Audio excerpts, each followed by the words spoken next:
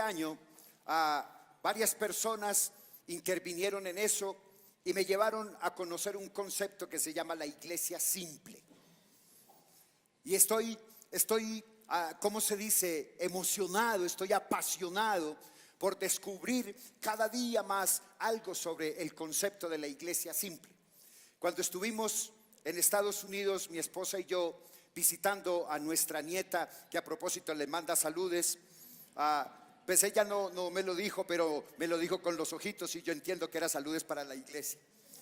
En San Francisco visitamos mi esposa y yo la iglesia donde mi hija se congrega, y es una iglesia simple, y me vine más convencido que el Señor Jesucristo nunca quiso que la iglesia fuera tan compleja que se hiciera cada vez más difícil llegar a Él. El activismo nos aparta de Dios. La iglesia simple nos acerca a Dios. Y eso es lo que anhela mi corazón y es el trabajo que queremos desarrollar. Y hemos venido hablando en ese proceso de lo que es el ADN de la iglesia. El ADN, que es el ácido desoxirribonucleico, es lo que te diferencia a ti de los demás. Todos tenemos algunas cosas parecidas, tenemos cosas en común, pero somos diferentes. Y eso es determinado por ese ADN.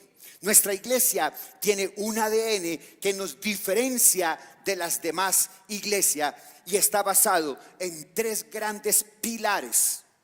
Número 1, amar a Dios. Número 2, amar a los demás. Y número 3, servir desde el lugar donde tú y yo estemos.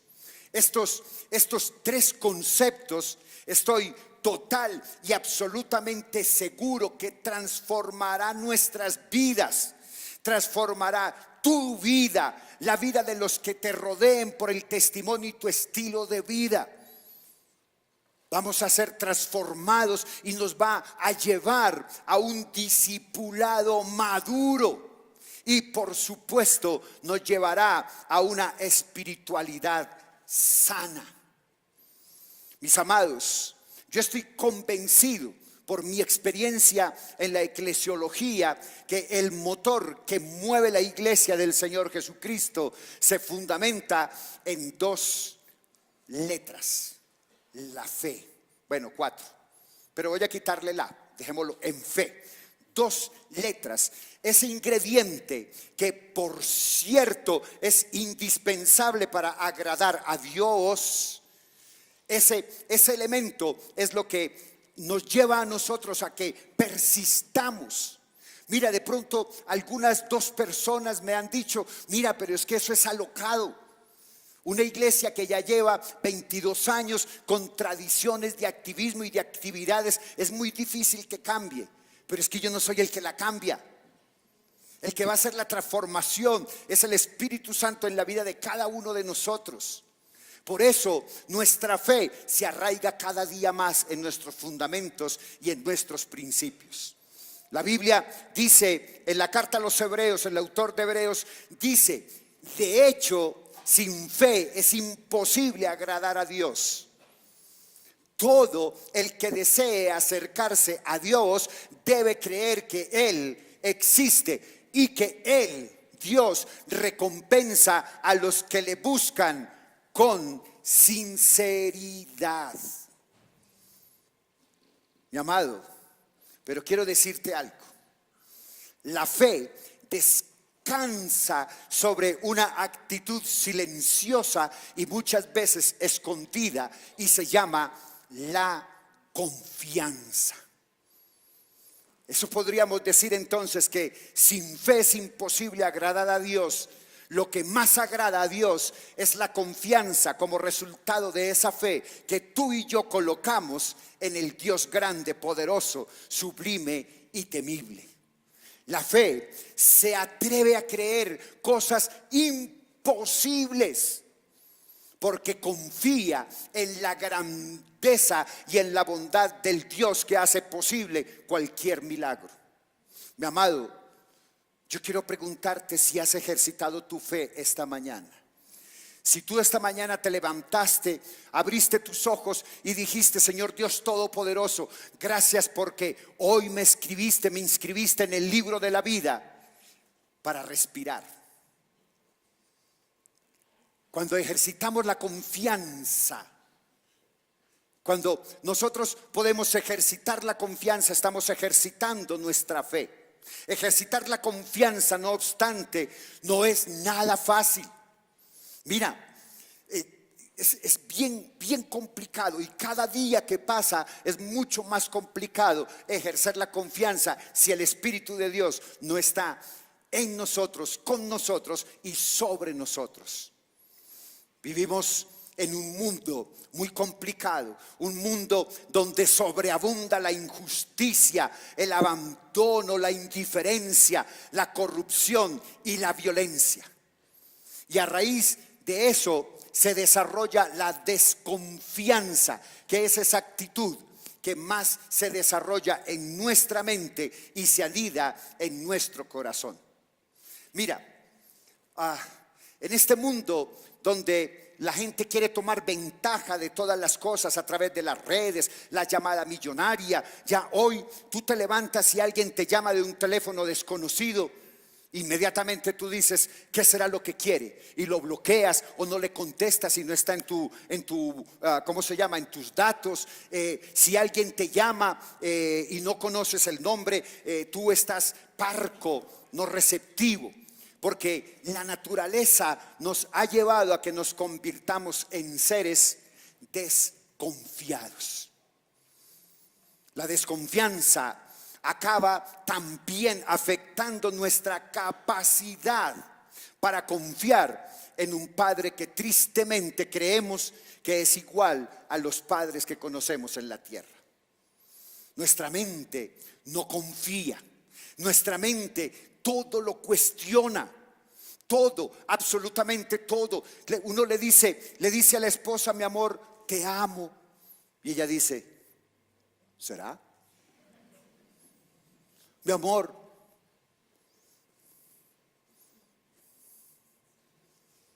¿qué tal ahí? Y ella dice: ¿será? Desconfía, cuestiona.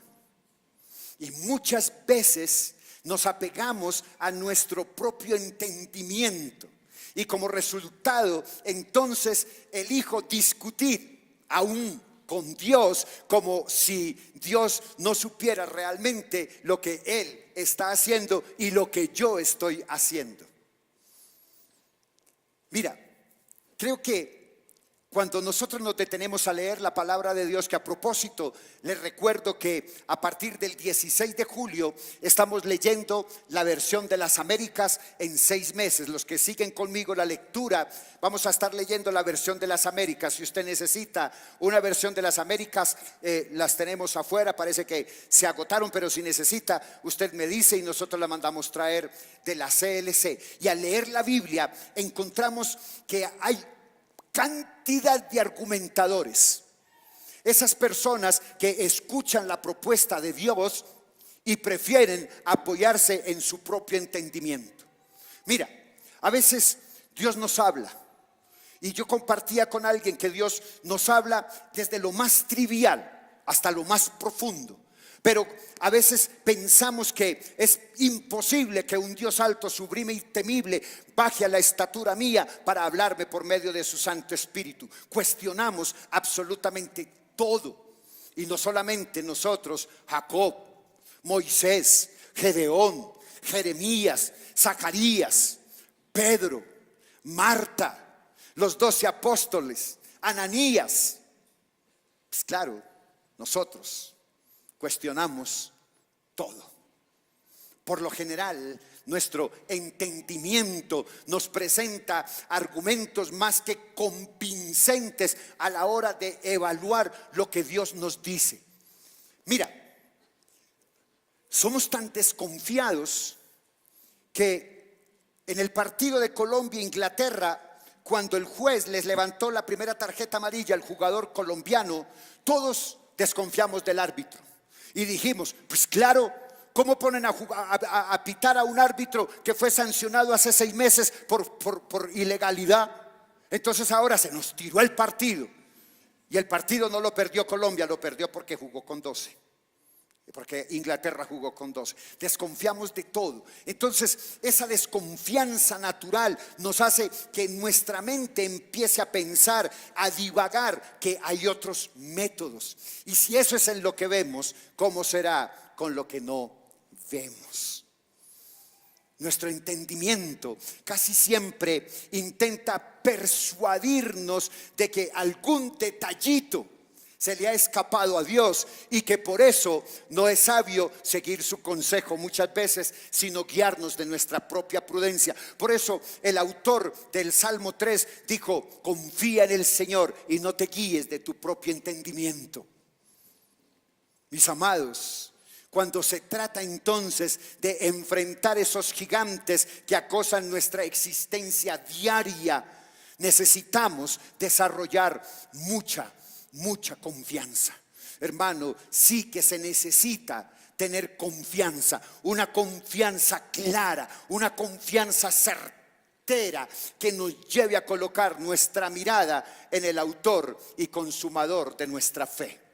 Necesitamos, para poder vencer los gigantes, para poder ir al mundo a vencer los gigantes, nosotros necesitamos confianza. Y voy a contarle porque voy a pedirle que vaya al Antiguo Testamento y en el texto que estamos estudiando en 1 de Samuel, capítulo 17. Primer libro de Samuel, capítulo 17.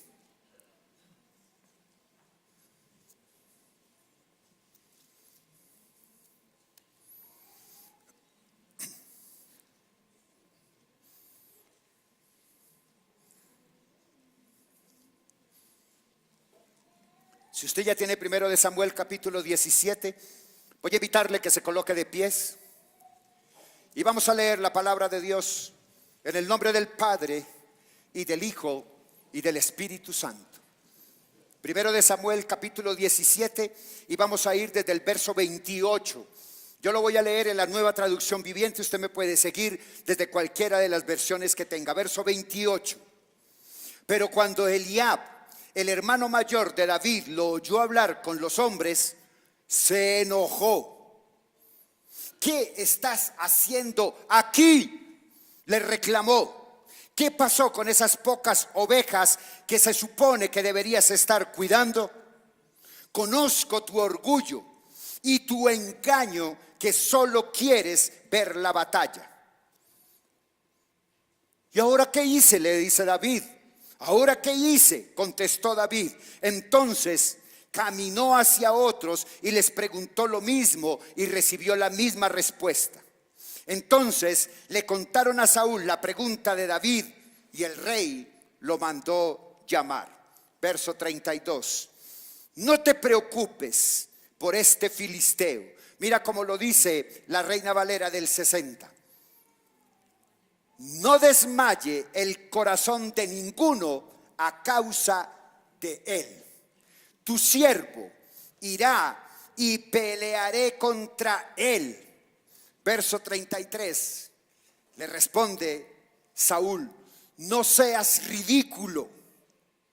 Respondió Saúl: no hay forma de que tú puedas pelear contra ese filisteo y ganarle. Eres tan solo un muchacho y él ha sido campeón y hombre de guerra desde su juventud. Que Dios bendiga su palabra y que hoy todos nuestros pensamientos vayan cautivos a la obediencia a Cristo. Y la iglesia dice conmigo: amén y amén. ¿Tú recuerdas, los que hemos seguido esta parte de enfrentar, esta serie de enfrentar los gigantes, cómo estaba la situación de Israel con los filisteos? Estaban en un contexto de batalla en medio del campo, ¿verdad? Ellos estaban llenos de miedo. Ellos estaban paniqueados. Mira lo que dice el verso 24. Y todos los varones de Israel que veían a aquel hombre, al gigante, huían de su presencia porque tenían miedo. Pero, decíamos el domingo anterior, ¿de dónde provenía ese miedo? ¿De dónde es que esa pasividad los llevó a desarrollar tanto pánico y tanto miedo por un solo hombre de 3 metros? Recuerde que los miedos nunca se originan en lo adverso de nuestras circunstancias, sino en la ausencia de confianza, sino en la ausencia de seguridad que sale de nuestro propio corazón. Hermano, cuando nosotros nos levantamos en la mañana y tenemos la seguridad y la certeza que Dios Jehová va adelante de mí rompiendo camino para mí, yo no tengo razón por la cual tener que desconfiar o dudar en algún momento de lo que Dios ha establecido. Si la duda, si la inseguridad se apodera de mi corazón, todos los gigantes te van a atacar ese día. Los israelitas temían porque ellos creían que su integridad física dependía enteramente de sus propias capacidades y no de Jehová de los ejércitos. Si los judíos se comparaban sus aptitudes con las del gigante Goliat, ten la plena seguridad que se sentirían en plena desventaja, y claro, por eso estaban muertos de miedo. Al hijo de Isaí, a David, lo llenó de preocupación, lo llenó de indignación la imagen de ese gigante de Gat.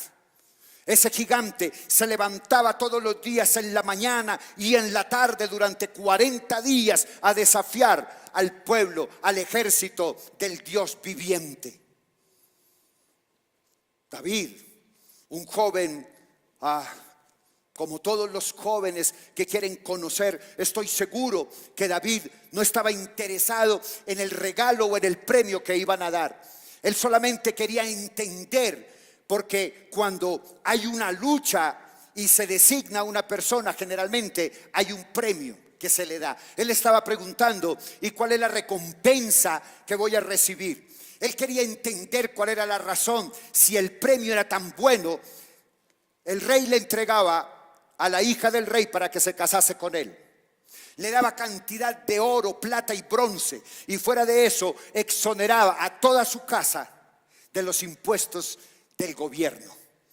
Y él podía decir entonces, ¿por qué estamos aquí con esta pasividad? Él, de una manera desprevenida, curiosa y tranquila, comenzó a preguntar sobre esa recompensa.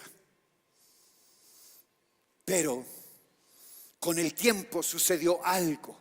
Y es que esa pregunta llegó a oídos de su hermano Eliab, su hermano mayor, quien explotó en ira hacia David. Fue tanta la ira que le dio que exclamó engaño frente a David y le dijo: ¿para qué? ¿Para qué has venido acá? ¿Y a quién has dejado aquellas pocas ovejas del desierto?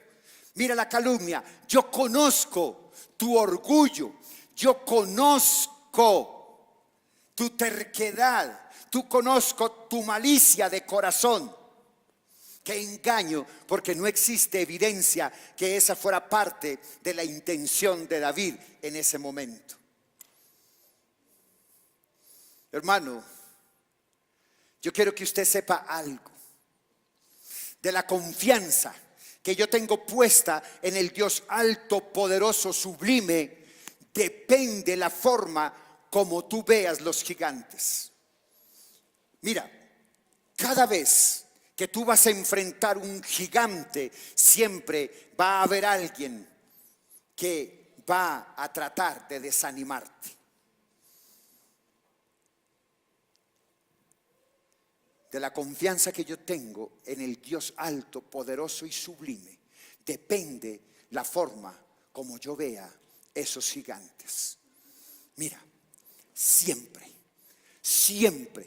escúchame bien, siempre vendrán los que, viendo mi confianza, querrán hacerme dudar y hacerme caer en el desánimo y hacerme dar por vencido frente a esa lucha frontal contra los gigantes. Mira, no quiero indisponer a las psicólogos que están aquí conmigo hoy, pero creo, por eso antepongo el término creo que en psicología hay un término que se llama proyección de identidad. Si tiene otro nombre, pues más o menos, pero creo que vamos a llegar a concluir a lo mismo.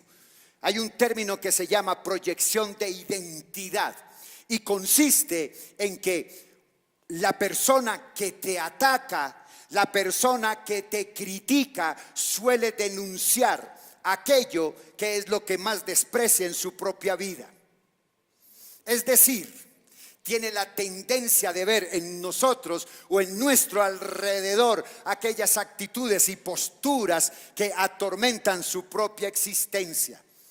Mi amado, la crítica es de los gigantes más complicados en la vida del ser humano. Los gigantes, ese gigante de la crítica es lo que me lleva a proyectarme hacia los demás, a proyectar mi frustración, a proyectar mi incapacidad, a proyectar mi cobardía. Quiero animarle para que hoy usted tome la decisión de no volver a criticar a nadie.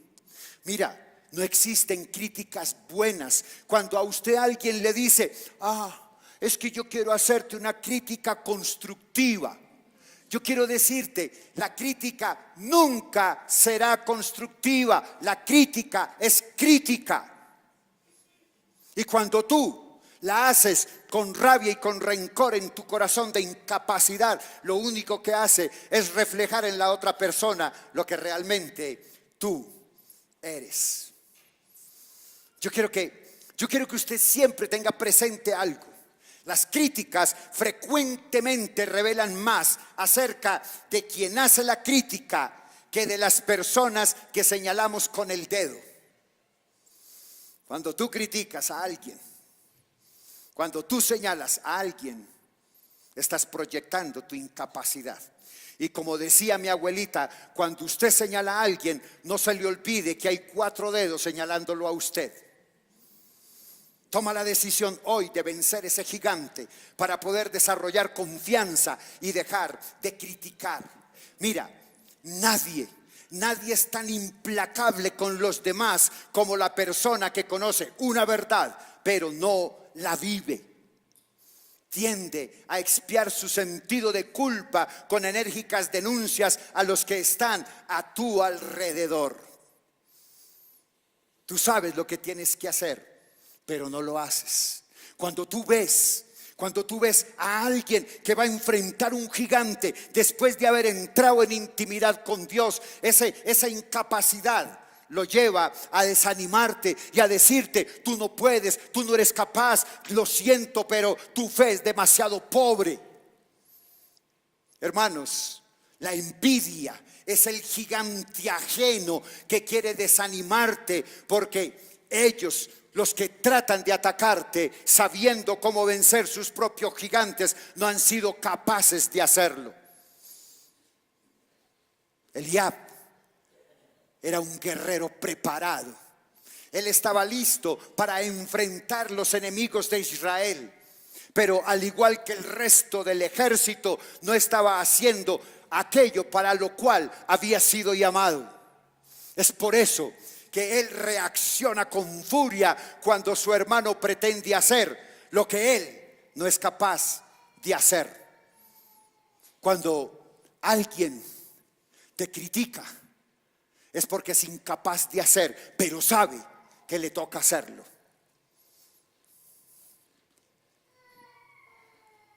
Si la fe verdaderamente descansa sobre la confianza, yo puedo asegurarte, como que estoy en la presencia de Dios, que tú vas a tener el suficiente entendimiento para poder percibir esos enemigos que van a quererte colocar más gigantes de los que tú realmente estás luchando. Y voy a decirte algo, ese discernimiento que Dios te da, también te da la capacidad de entender que nadie absolutamente nadie podrá impedir la obra de Dios en tu vida. Nadie podrá impedir la obra de Dios en tu vida. La confianza de David, y con toda razón, Dios decía que David era un hombre conforme a su corazón, porque es que David había desarrollado dependencia de Dios.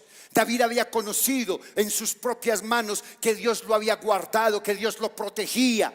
Él sabía quién era el poderoso gigante, y que ese gigante que estaba ya vociferando no era más que un enano temeroso, queriendo intimidar a las tropas del Dios vivo. Esa confianza de David es de seguir, es ejemplificante, es asombrosa. Cuando él atiende el llamado, porque después de hacer preguntas, dice el texto que Saúl lo mandó llamar, y cuando él fue a la presencia del rey, de ese acobardado rey, el muchacho, el joven, sin experiencia militar, pero con todo un bagaje en el Señor Dios Todopoderoso, le dice: no se desalienta el corazón de ninguno, incluyéndote a ti, mi rey, a causa de ese filisteo incircunciso que está allá. Hermano, cuando alguien venga a desanimarte, cuando alguien venga a decirte que tú no puedes, le dices: no se desaliente tu corazón por lo que estás viendo. Espere tantico y yo te lo voy a mostrar. Espera tantico y veréis. Eso le quiso decir David al rey: no se desaliente el corazón tuyo a causa de ese gigante. David, inexperto militar, pero con esa expresión, con esa sencilla exhortación, identifica al verdadero enemigo que tenía que derrotar el rey. Él no venía con esa actitud, pero él ya lo había visto cuando había investigado y cuando había preguntado, y cuando estaba frente al rey. David se dio cuenta que lo que más tenía que vencer eran las actitudes secretas del corazón. La Biblia dice en Jeremías 17:5, si usted quiere acompáñeme: esto dice el Señor: malditos son los que ponen su confianza en simples seres humanos, que se apoyan en la fuerza humana y apartan el corazón del Señor Jehová de los ejércitos. Maldito el hombre que confía en el hombre, dice la Reina Valera. Hermanos, la victoria contra los gigantes de tu vida no se ganan saliendo alocadamente a enfrentarlos al campo de batalla. David tomó su tiempo para analizar, para ver, no para compararse, sino para analizar cómo estaba la situación. Él dependía enteramente del Dios que le iba a dar la victoria. Hermanos, tú no puedes salir a combatir al gigante sin antes haber entrado en el cuarto de guerra y haberte puesto delante de Dios. Hermanos, no puedes salir a combatir alocadamente sin antes haber entrado a la presencia de Dios, sin antes haber entrado al cuarto de guerra y ponerte de rodillas delante del Dios eterno. Ustedes se acuerdan del Señor Jesús, ¿verdad? ¿Quién era el Señor Jesús? ¿Quién es para nuestras vidas? Y cómo ha transformado la vida a través de toda la existencia del Señor Jesús hasta el día de hoy. El Señor Jesucristo, algunos dicen que Él venció en la cruz la muerte, que Él venció en la cruz todo, porque fue a lo profundo de la tierra y resucitó al tercer día. Yo quiero decirte que el Señor Jesucristo no venció la cruz en el madero. Él no la venció en el momento de la acción. Él la venció de rodillas en Getsemaní. La agonía que significaba para el Mesías la crucifixión, la amenaza con sacarlo de control, que quitarle el propósito que el Señor Jesucristo tenía hasta el final de caminar en obediencia. Entonces el Mesías toma la decisión de encarar su más importante batalla en la soledad del jardín en Getsemaní. Hijos, la victoria de la cruz, sin embargo, se ganó en Getsemaní. Allí fue donde el Señor Jesucristo logró aquietar su espíritu y sujetar su voluntad a los deseos del Padre. Si lo hizo el Señor Jesús, ¿por qué no lo haces tú? ¿Por qué no vas tú a la presencia de Dios? ¿Por qué no vas al lugar secreto, a ese jardín solo, a tu Getsemaní, y clamas a Dios para que se aquiete tu corazón cuando tengas que salir a enfrentar esos gigantes? El miedo, el temor, el engaño, las dificultades. Eso era lo que David le estaba diciendo al rey: que se aquiete tu corazón, mi rey. Tranquilo, vence los temores. La palabra de Dios dice, el autor de Hebreos nos anima en este capítulo 12 para que nosotros podamos ver en ese Getsemaní al Señor Jesús. Por eso dice: puestos los ojos en Jesús, el autor y consumador de nuestra fe, el cual por el gozo puesto delante de él sufrió la cruz, menospreciando el oprobio, y se sentó a la diestra del trono de Dios. Hermanos, si tenemos una lucha contra los gigantes y quitamos nuestra mirada de Dios, mi corazón no se aquieta. Perderemos entonces la oportunidad de la victoria. Si quitamos la mirada del que nos da la victoria, fácilmente podemos empezar a escuchar otras voces que, como esa gota de agua, va rompiendo. Usted se acuerda, yo no sé si ha escuchado alguna vez una tortura, lo que llaman la tortura china. Voy a contar, a ver si estamos de acuerdo en la que es. Al preso, ya sea por la guerra o un preso político, lo metían en un cuarto, lo amarraban y empezaba a caerle sobre su cabeza una gota de agua. Una gota de agua, con un determinado tiempo, cantidad de segundos, pero era constante la gota de agua. Lo que se pretendía era desequilibrar emocionalmente a ese reo para que confesara y quitara eso. Cuando nosotros perdemos nuestra vista, es como si estuviéramos en esa gota de agua. Perdemos todo, absolutamente todo lo que Dios quiere hacer en y a través de nosotros. Mis amados, con el saludo de David al rey Saúl, él reveló que entendía que el enemigo a vencer no era ese gigante que estaba vociferando, eran los temores que estaban anidados en sus propios corazones. La clave de la victoria de David frente a Goliat radicó en la disposición de sujetar su espíritu a la voluntad de Dios. Mi amado, hoy hemos visto 4 momentos en la victoria de David sobre Goliat. 4 momentos que tú puedes aplicar completamente en tu vida. Salir de la pasividad, analizar las circunstancias, las características de esa persona, confiar para aquietar nuestro corazón. Hermanos, cuando vas a pelear la batalla, siempre habrá quien quiere impedir que lo hagas porque tiene envidia de ti.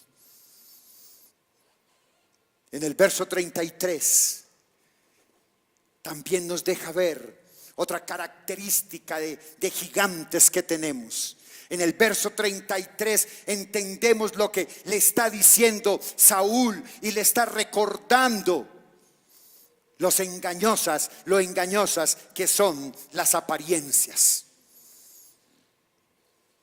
Hermano, cuando nosotros vemos una persona, lo que vemos a simple vista nos ofrece una lectura demasiado limitada de lo que ella realmente es. Lo que realmente tiene peso en la vida de los que están a nuestro alrededor rara vez se ve con los ojos humanos. Nosotros juzgamos por apariencias. Mira, voy a contarte una historia que yo no sé si será verdad, pero cuenta, lo leí por allá en algún libro, de un hombre que se vistió muy mal vestido, de andrajos, y olía muy maluco, y fue a uno de los bancos más importantes. Iba arrastrando cuatro costales. Fue al cajero y le dijo: Señor, escúcheme. El cajero siguió trabajando. Señor, por favor, escúcheme. El cajero levanta la mirada, siente el olor y dice: no hay limosna para usted. El hombre le dijo: no, vengo a saber qué necesito para abrir una cuenta corriente en este banco.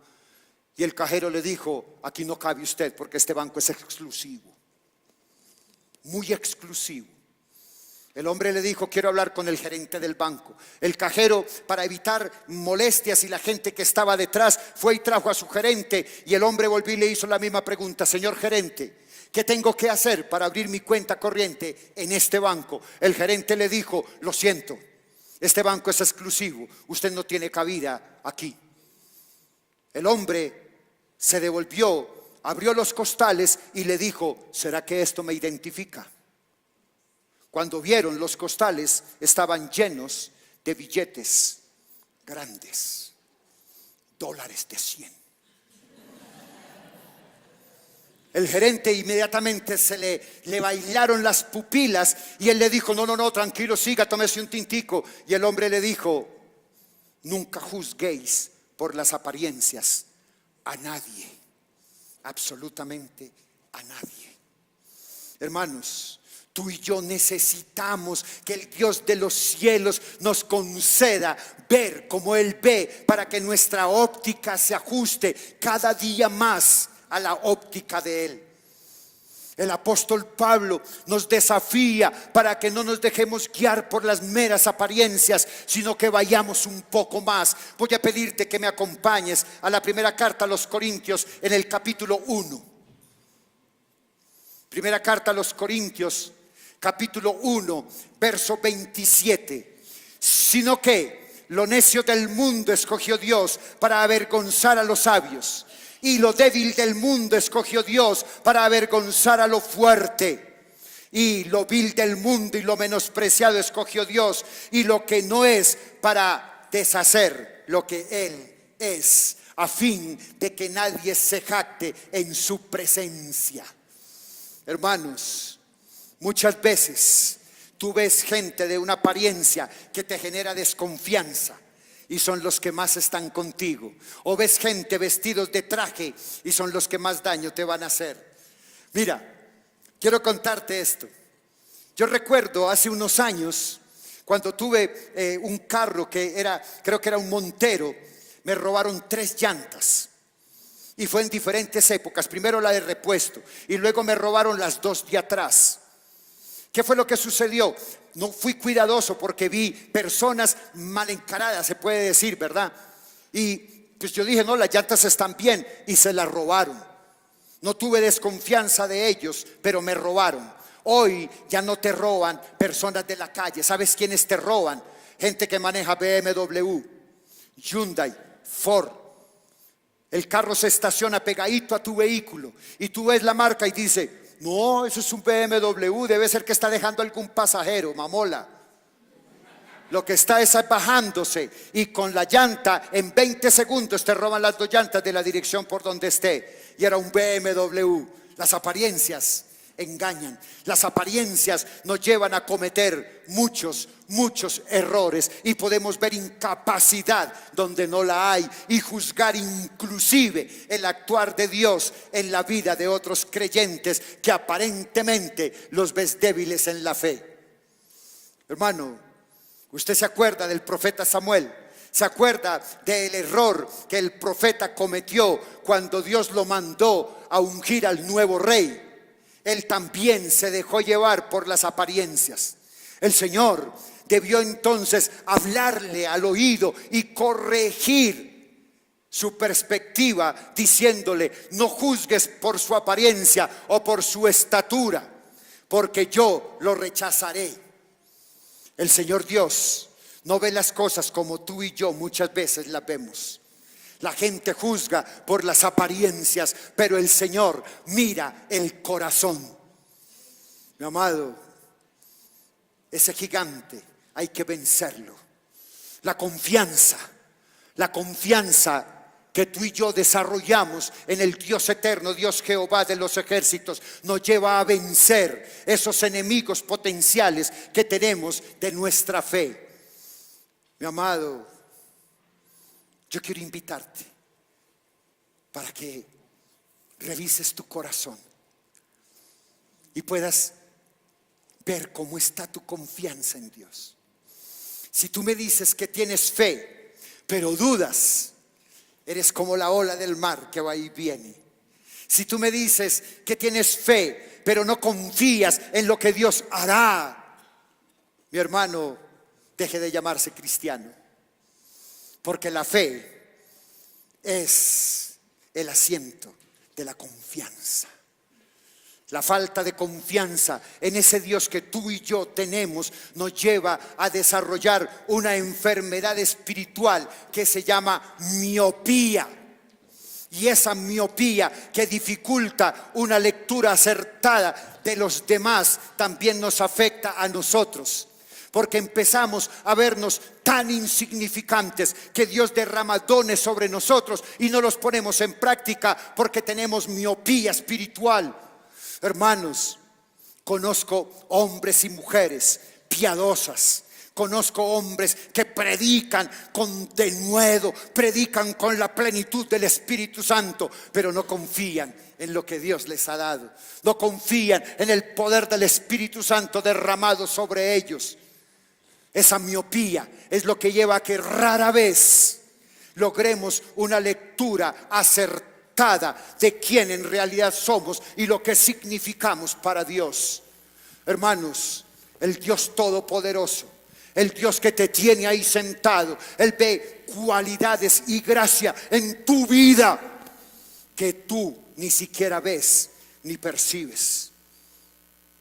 Hermanos, es bueno ante los desafíos que Él nos proponga que confiemos en esa óptica mucho más acertada de Dios que la nuestra.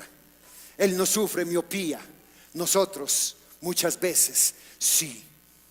Y yo quiero pedirte en este momento que cierres tus ojos y abras tu corazón al Dios y Padre, Señor nuestro, el dador de la vida, al dueño de la muerte y de la vida, al dador de lo que somos, de lo que tenemos, a ese Dios lento para la ira y pronto en misericordia. Hoy quiero invitarte para que vengas delante de Él y pongas esos gigantes. Si tú has atacado a otros cuestionando, u otros te han atacado a ti cuestionándote, hoy es el tiempo de pedir perdón. Si has criticado a otros por su apariencia, si has desconfiado por su apariencia, hoy te invito a decirle: Señor, perdóname. Y tendré que estar más dispuesto, porque la verdad no sé cuándo ni cómo tú vendrás, ni cuál será tu apariencia. Y quiero dejarme guiar por el instinto y la confianza que tú derramas en mi corazón. Yo estoy seguro que Dios ha hablado a tu vida hoy. Estoy seguro que Dios ha sembrado palabra en tu vida. Estoy seguro que Dios, por medio de su Santo Espíritu, te está redarguyendo de pecado, de justicia y de juicio. Hoy te invito para que tú pongas tu vida delante de Dios. Si hoy necesitas reconocerle, yo te invito para que ahí, con tus propias palabras, le digas: Señor, yo no he sido digno. Un día te acepté, un día hice la oración del pecador, pero mi vida no fue transformada. Dile ahí con tus propias palabras: pero hoy necesito ser transformado. Hoy necesito tener más confianza en mí. Hoy necesito tener certeza en ti. Que mi fe se fortalezca en todo momento para luchar estos gigantes que me asfixian, que me ahogan. Hoy me doy cuenta que no he podido vencer esos gigantes por los temores que hay en mi corazón, por la falta de confianza. Y te pido, Padre, que avives el fuego en mi corazón. Y la paz de Dios, que sobrepasa todo entendimiento, guardará vuestros corazones en Cristo Jesús, Señor nuestro. Mis amados, que Dios les bendiga. Él haga resplandecer su rostro sobre ti y de ti tenga misericordia, de tus hijos y de todas tus generaciones. Y todo lo que oigas, todo lo que veas, todo lo que digas, todo lo que tus manos toquen y todo lo que tus pies caminen, glorifiquen al Dios vivo, al Dios de la Biblia. Y la iglesia dice conmigo: amén y amén.